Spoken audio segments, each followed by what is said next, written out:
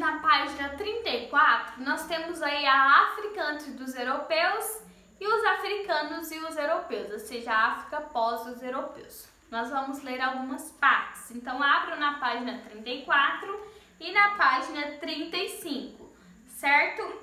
Vamos lá. Em linhas gerais, na África subsaariana, a organização das populações locais se dava muitas vezes em pequenas comunidades agrícolas.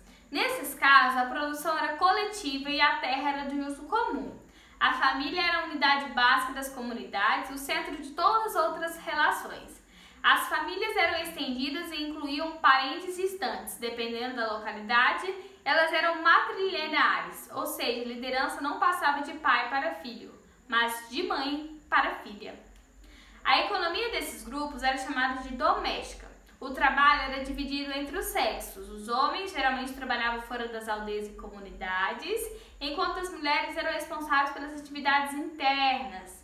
O Estado não se desenvolveu em todas as localidades. Quando ele surgia, era por necessidades comerciais. Bom, diante disso, a gente vê que a África ela tinha uma estrutura organizacional. Tinha-se uma sociedade organizada, né?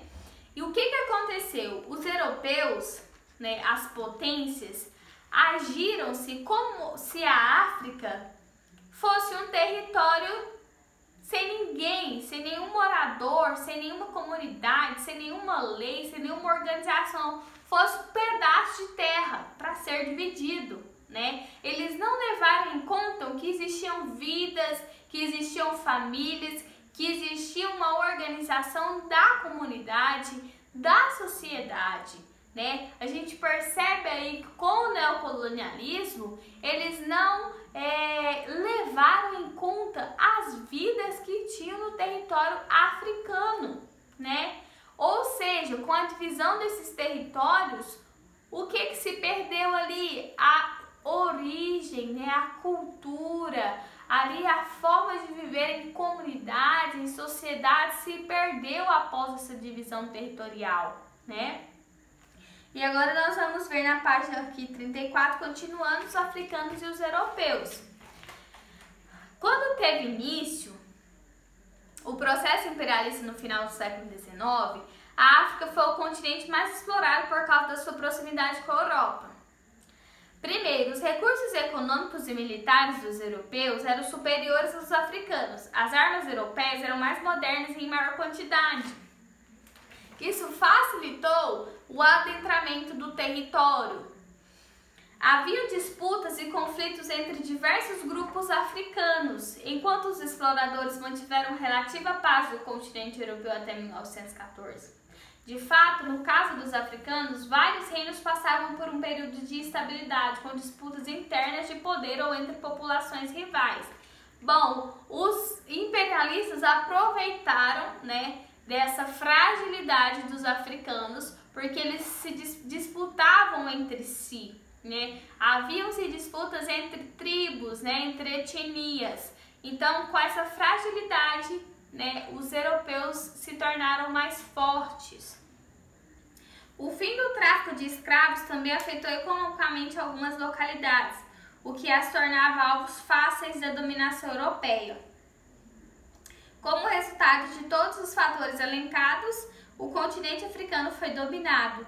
As revoltas e as resistências promovidas pelos africanos foram muitas vezes ações isoladas. Aqui na página 35, a gente vê como que ficou a África colonial. Essa foi a divisão, né, que nós tivemos aí da África, certo? Aí nós temos a região do país independente, do domínio italiano, domínio francês, domínio inglês, domínio português, domínio belga e domínio espanhol. Os franceses, por exemplo, ocuparam a Argélia com o objetivo de explorar os recursos naturais da região e tomar posse das terras produtivas. No início da dominação foi instituída uma administração militar francesa, mas os líderes locais permaneceram no poder, Com o tempo, no entanto, foi imposto um governo civil que tratava com muita violência a população local, exigindo seu trabalho no cultivo de oliveira, de vinhas e de trigo, produtos destinados à exportação. A África foi, de maneira geral, mantida como um local que fornecia matérias-primas e produtos de interesse comercial aos europeus. Então aqui a gente vê que os imperialistas queriam sugar, né, tudo que tinha na África para levar, né, o desenvolvimento para a Europa, certo? Então aqui a gente vê, né, essa divisão do território para as potências europeias, certo? Nós vamos parar por aqui, na nossa próxima aula nós vamos continuar. Qualquer dúvida que vocês tiverem do conteúdo podem mandar. Um beijo!